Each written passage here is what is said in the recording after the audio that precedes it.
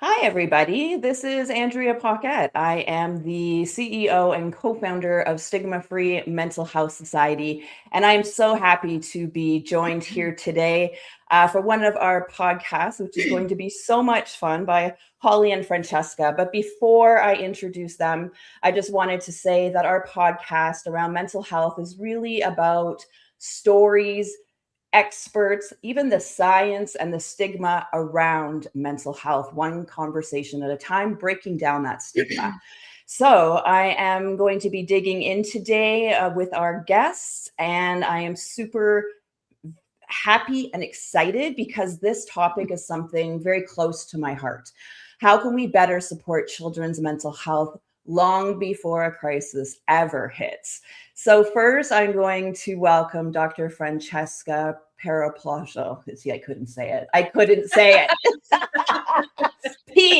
Paraplechikova. That's my Yes, try. you There's did my it. try. Yeah. If you want to tell us where you're coming in from, we can start with that.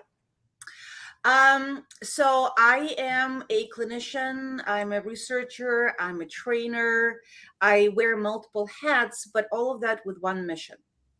I really feel deeply passionate about helping people learn how to love themselves, Mm. how to be kind, how to be giving, how to be capable of self actualizing, not in a way that other people would see me do things this way or that way, but who am I? What are my talents? Not allowing definitions from others.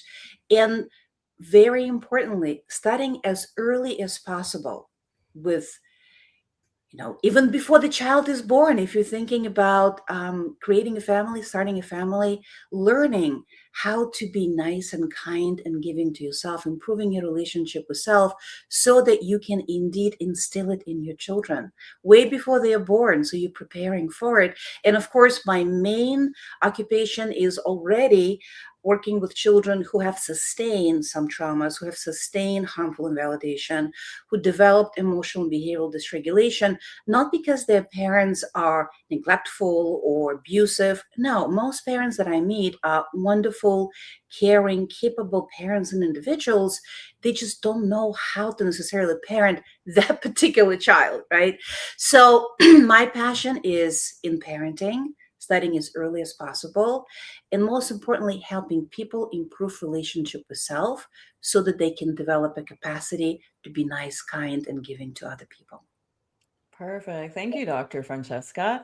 And so you're an associate professor of psychiatry and the mind behind the dialectical behavioral therapy for children and core problem analysis. So you're bringing evidence-based interventions to some of our youngest and most vulnerable minds. So thank you. And now I'm going to move to Holly Harris. Holly Harris is the co-founder and CEO of the Comprehensive Training Center, who has spent her career in international business and multiple industries with extensive experience in Soviet Union and China. So most recently, CEO of Behavioral Tech, which is the global training arm for standard model dialectical behavioral therapy. Do you want to say hello, Harry, Holly Harris, and let us know what you're passionate about? I'd love to hear a little bit from you. Yeah, well, it's no accident that Francesca and I crossed paths. I mean, she's from the former Soviet Union. I lived there for 5 years, and I had no idea that I was going to go down the DBT journey. I became CEO of Behavioral Tech, as you mentioned, and did a business turnaround there. Behavioral Tech was founded by the creator of DBT, standard model DBT, and Francesca will get into it. I'll let the clinical expert talk about it. And I fell in love with the lifetime commitment that these clinicians make to working with their clients who are severely suicidal, borderline personality disorder, self-harming, severely emotionally dysregulated, and they make a lifetime commitment. And these are first responders. I also fell in love with the mindfulness element. I'm a daily meditator, and so that really resonated with me. And what I saw while I was there was that DBT is a complex dance that you're doing with high stakes clients. And there's a lot of different strategies. Again, I'm not the clinician, but there's all these different tools that you learn in the training to work with your clients. And I saw the opportunity to create more practice opportunities and also to scale the learning to create access to clinicians that don't speak English, because the whole world doesn't speak English.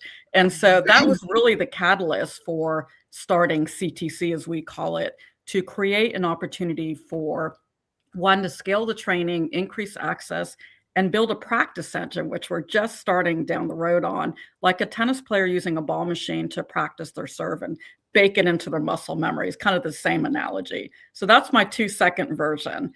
Francesca, I'll turn it over to you. Well, it depends what the question is, Andrea. Yeah, To start with. Yeah. Yes, for sure. So, yeah, I think this is really for parents, clinicians, anyone who's ever loved a child who felt too much, too deeply. So, and need judgment and needed skills to handle that gift. And I really want to get into this. So I'd love to learn, Francesca, about the background and interest in co-founding CTC. Like, how did this come about? I'm so interested. Well, Holly and I met at Behavioral Tech. I continued to be a trainer with Behavioral Tech, and Holly, as she mentioned, was a CEO. And then we connected instantly, and we didn't even know about the similarity in our backgrounds. And there was some kind of a chemistry. And then we discovered that we have similar mission and interest, and similar ways in which we want that mission realized. And the mission is delivering interventions to clients, not just parents, not just children, right? How can we train therapists in a way that they will be able to not instill the knowledge in our clients? Because knowing something is necessary, not sufficient. You also need to develop a capacity to do it, right? So how do you train therapists so that they can bring in the knowledge and give the clients the capacity to use that knowledge? And how do we do it so that the therapists gain the knowledge and the capacity to be trainers, so to speak, and therapists for their clients? And that could be families, children, adolescents, adults, in a way that the knowledge will be received, acquired, and retained. And not only the knowledge, but also ways in which our therapists can indeed use it effectively and with adherence, right? And Holly and I started to put our minds together and figuring out different ways in which our own training company, which is called the Comprehensive Training Center, can step, a little bit above and beyond just the usual training method. I'm going to jump in for a second and say the other thing that we're working on is partnering with a company that takes your learning objectives, and that's kind of an academic, clinical, accredited training term, and applies a model to it for increasing knowledge retention and knowledge application. So we're all about doing a deeper dive on the training so that you walk away and, a week after the training, you still remember what you learned. And, it impacts most people would learn, and it's human nature to forget X amount of data Y days after the training. And so this impacts that so that you still have all that knowledge, you apply it, and you reflect upon your knowledge, thereby, once again, baking it into your muscle memory. Well, Dr. Francesca, tell us a little bit about DBT. People may not know what that means exactly, and I would love to hear a little bit more of the origin story as well. So dialectical behavioral therapy was originally developed by Marsha Linehan for females with suicidality, self-harm behaviors, emotional behavioral dysregulation, which later became under the guise of borderline personality disorder. Right. And what she brought into the treatment of clients with severe emotional behavioral dysregulation is this dialectic between acceptance and change. And this is the main dialectic in DBT. We're not just teaching skills of emotional regulation, distress tolerance, mindfulness, interpersonal effectiveness. These are just some of the tools. But the most important consideration when we think about DBT is this balancing the dialectic between accepting things as they are. Meaning, if you don't accept it, you run away from solving the problem. Like, for example, in talking about an example for that would be people in Alcoholic Anonymous, right? They need to stand up and say, hi, my name is John Doe and I'm an alcoholic, right? And this is an acceptance of I have a problem and therefore I can solve it, right? And helping therapists to create a non-judgmental and accepting stance towards their clients. So whatever client is coming with, I'm not judging it. Talking about stigma, right? I'm not judging it Mhm. as good or bad. I'm asking, does this work for you? Great. Does that work for you? No. What can we do to make a difference here and solve that problem in a different way? So DBT for children took all of these strategies, procedures, basic concepts, and added a big parent training component, right? Because DBTC is not just treating one client, it's treating a child, and it takes a village to raise a child. So we have so many more variables, and parents are our main therapeutic tools. So if you think about it, what we're doing in DBT, that's DBT for children, that's why it's called parents first model. Mhm. We are training parents to become therapists for their child, so to speak. And that's why we can see parents only. Some children refuse to come to therapy, or they come in being dragged, kicking and screaming, and then they sit in therapy and say, I don't know, I don't care, right? So you cannot do much with that with an adult client, but with children, because we have parents as main tools, we can get away with that. And therefore, in DBTC, where you're saying child's presence and participation is actually luxury, right? Mhm.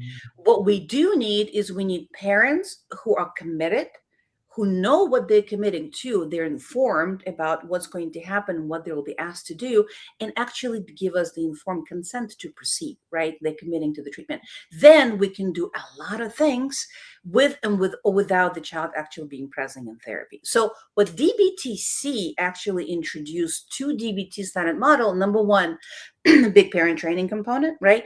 But even more importantly, and of course, it's adapted all these strategies and procedures and the skills for pre-adolescent children.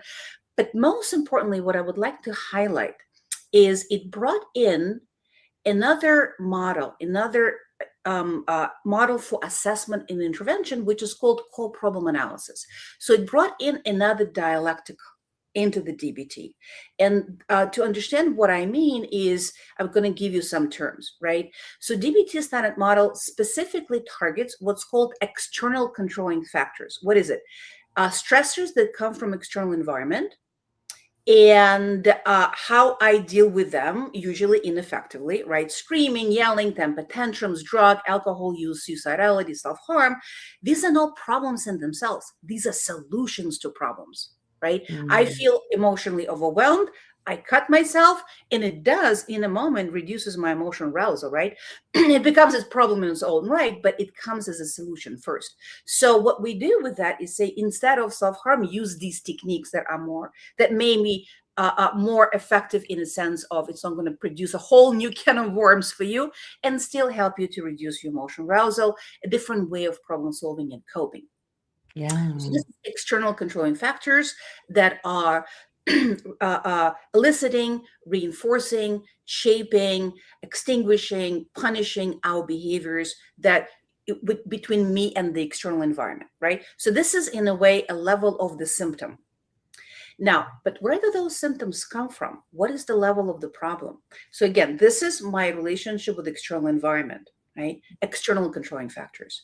Level of the problem is my relationship with me, internal controlling factors. If I hate myself, I will be self critical, self punishing. I will cut myself. I will want to die, right?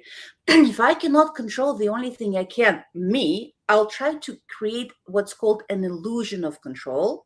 I'll try to control the external environment and other people. I will make them responsible for my problems. If you Mhm. didn't just say that, I would not have had that, temper tantrum. If you only gave me what I wanted, I would not have screamed at you, right? So making them responsible for my problems and making them responsible for solving them doesn't work, right? But that causes a lot of force that's being applied to external environment, right? Because I cannot control the only thing I can, me. What are the four aspects of me? What I Mhm. do, what I feel, what I think, my biology, right? Also, if I don't even feel that I belong in my own family, if my family is stigmatizing me, so to speak, because, why can't you be like your brother? Why Mm. can't you just snap out of it? Right? How could I have given, birth to such a child? I don't know. All of those, what we call harmful invalidation and sometimes traumatic invalidation, right? Like sexual, emotional, physical abuse, all of that is inflicting a vulnerability in my sense of belonging. How can I belong with other people? How can I form relationship with other people that are based on giving, that are based on being nice and kind to other people? Because I don't learn how to be nice and kind to myself. Because what I learned from the environment in which I am, that there's something wrong with me, that I'm defective, I'm deficient, I'm not like my brother, for example, right? So this is about my relationship with me. And when we boil it down, it comes to three core senses: self-love, safety, belonging.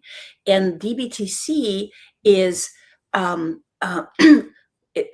each point in time is maintaining the dialectical balance between helping clients to target their symptoms by using skills, by learning, problem solving that is effective, and working on the level of the problem, improving their relationship with self.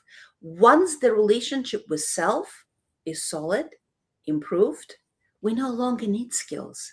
They're crutches. They're mere Mm. crutches, which we still need. But if my relationship with me is so that I can be at peace with me at all times, regardless Mhm. of what happens, right?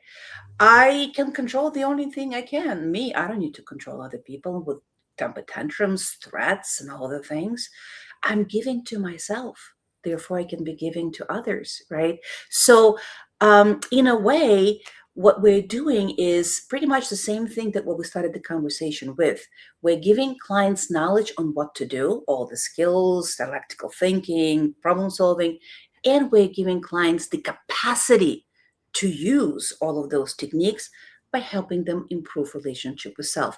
And if my relationship with self is improved, the way I'm going to relate to other people is going to be different, because Yeah. the way I relate to other people is based on how I relate to myself. That's it. Question closed. If I'm Simple, not easy, simple, right? not easy, right? That's another dialectic. If I'm self-critical, I'll be critical to other people. I'll see them as critical. I'll be expecting criticism from them. If I have pain inside, I'll share pain. Have happiness inside, I'll share happiness. I cannot give what I don't have. It's very easy Yeah, to see what people have inside. Just see what they're doing outside, right, to other people. for And this is sure. targeting. Yeah. Okay, well, thank you for that. Very insightful. And yeah, I could identify with a lot of that. I actually took DBT for bipolar disorder, like I would say 15 years ago. Mm. And one thing they gave me was a sensory basket. And so different smells, music. Is that similar That's to one some of of the techniques, yes. the It's techniques? under That's the what it looks distress like, tolerance right? self-soothe, yes. Yeah.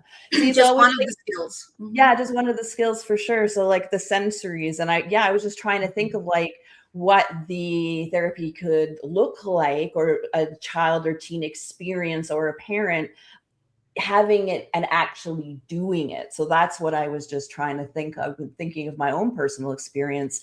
And Holly, I was wondering if I can bring you in to chime in a Mm. little bit. Mhm. You were talking about self-training, not just for clinicians, and I was wondering if you could Mhm. share a little bit more about that. Yeah, well, like I said, we want to, our mission is to scale the training so that it decreases the cost. We're about to roll out all of our training, one on demand. We already have that in English, but we're about to roll it out in Spanish too. And we're going to embark on Korean. That's our next adventure. And really, as Francesca said, DBTC, and we're building a platform in the future for all top tier evidence based behavioral health models. But obviously, we're starting out with DBTC because we need to get that out into the world in the same way that standard model DBT has already grown into a passionate worldwide community. And part of that is the parental training. So Francesca's parental component called super parenting is now on demand. And so parents can train themselves, which thereby maximizes time with clinicians in session. And then So we they also can have refine the knowledge. They can apply it to a specific job exactly. as opposed to like, use all of that time to just deliver the information. Right. From a business point of view, Mhm. increase on, investment, right? You're Yeah. maximizing your Exactly. investment because it isn't cheap, right? And then also for clinicians as well to do self-training with our on-demand version, but then always there's a human to human connection with the consultation piece of it. Because ultimately this is all about humans, right? Connecting with themselves and connecting with others, which is an overlap with what you're doing, Andrea. It's an overlap with what Sean Lesser at The Real is doing, which, you and I are both allies at The Real. And so to me, the overlap of everything we're doing, we're coming about the same mission from our different angles and from our different areas of expertise, but it's all about connection with self, in my not so humble opinion, and connection with others. Yeah. Absolutely. And I just want to highlight something. As already said, that we're starting with DBTC, but we're already starting to pull apart some of the aspects like Oh, yeah. parenting component with super parenting, right? The other course that we are going to offer this December is course on core problem analysis itself. Because core problem analysis, although it's a part of DBTC, this is a standalone model for assessment and intervention. Pretty much it's assessment of function, why people are doing what they're doing, and presenting with additional interventions to what DBT Center model has to offer. But this is something very important. Core problem analysis is not for children. Core problem analysis is pretty much for anybody. And it's not only for people who have specific diagnosis. No, because it's an analysis of function and it can be applied to any psychiatric condition because any dysfunction has a function. It can be applied to children as young as 4. 4-year-old was the youngest child that I was able to successfully teach how to connect to self-love at will, just because, right? The youngest child that we were able to do successfully the analysis itself was a 5-year-old autistic child with school refusal, and so forth and so forth. Of course, adolescents and adults. And not only for people with diagnoses, so meaning clinical level of dysfunction, for anybody. Each and every one of us have been harmfully invalidated. Criticism, judgment, shaming, blaming, right? And therefore, each and every one of us have what's called complex relational trauma, meaning that my relationship with self has been damaged. And corporal analysis is specifically addressing and targeting, improving and healing relationship with self. So this is for therapists, for clients, for children, adults, and adolescents, pretty much anybody. And talk about stigma. This is one of the things that is definitely 100% stigma free. Why? Because it's about me. My relationship with me has nothing to do with other people, my world, how I see myself, what is idiosyncratic. And I work with with therapists and researchers. There is a therapeutic and research group that specifically is interested in applying DBTC for autistic children and their families. And they're saying, oh my God, DBTC was developed specifically, to target autism spectrum disorders and, and children and families, of course, with some additional bells and whistles. But what they're saying is what specifically is resonating with that community is called problem analysis, because this is no longer about me needing to fit in a neurotypical world, which we still need to help them do, right? Because they are living in neurotypical world. But this is no longer about that. This is no longer about other people and how I relate to other people and all that. This is about me with me discovering me. We call it, what is my David? This is the metaphor we have, right? Michelangelo's David. Each and every one of us is a beautiful, wonderful creation, piece of art, created by God, universe, nature, whatever you believe in, right? Never before, never after will be a beautiful creation like me. And me understanding, learning about me, we call it 3 tasks of David. Learn what my talents are, learn what my tendencies are, learn about what I have, what I was brought into this world with. So learn about my David, love my David as I am, right? Without any kind of impositions or allowing definitions from anybody else or yourself, and live, self-actualize your David. So learn, love, live you, David. And if you can do that with yourself, oh my goodness, imagine the difference it's going to make in us being able to be open to see other people as they are without imposing on them, without trying to define them to be something or somebody else, without making them be the way we have in our mind they're supposed to be, because this is the way. It's pretty much, if you think about it, DBT, DBTC, and core problem analysis about self-reprogramming on a level of awareness. Yeah. No, I absolutely love that. And I feel if we are working on our inner selves, think of how that translates into the rest of the world. So it's absolutely beautiful. Exactly. Yeah, and I Exactly. understand it. Just making it a better Stigmatize world. other people because we Yeah. stigmatize ourselves. Yeah, exactly. We Exactly. spreading hate and pain because this is what we have inside. And We are trauma, right? and trauma because Generational this is trauma. what we Yeah. have inside. Exactly. Yeah. If we can, Mhm. because Heal we cannot, ourselves. as I said, we cannot give others what we don't have. We Yeah. first need to give to ourselves, heal our relationship with selves, and only then we can indeed imagine a world in which we can have the capacity, because we know what to do. We know what we have the knowledge of how to be stigma free, but this is the knowledge.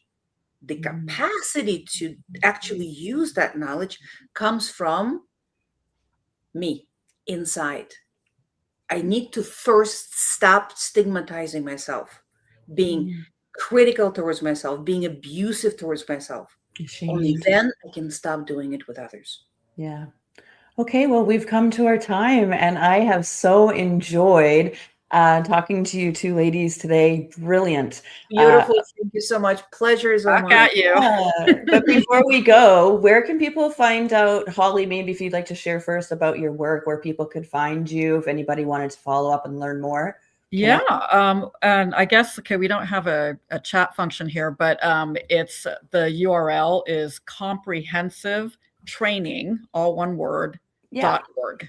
Okay. It's as easy as that. Or Yeah. both of us on LinkedIn. Okay. We'll put it in the Spotify link if you're okay with that. Oh, great. Absolutely. Yeah. And then people Thanks can for We have follow. all the links. We have all kind of links Yeah. if you want to learn. We have the link for the comprehensive training center for people who are interested in taking super parenting, for clinicians who are interested in learning CPA and DBTC. And we also have another site called Child DBT.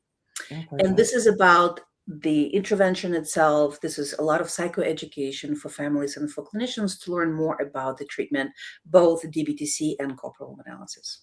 Oh, and there's a DBTC YouTube channel. So we'll. Oh, yes, and we also have a YouTube It channel. goes on and on. Yeah. So much I'll send you all information the there. links. Yeah. Yes. Yes. All right. We will get all the links, all the info, and we will share it out into the world. And people, if you are watching this on Facebook, YouTube, etc., please do share after the fact, and do share our Spotify link as well, Stigma-Free Voices. So thank you, Holly and Francesca. I've really enjoyed talking to you today. Please stay on the line. I'd like to thank you personally, and we can have a chat.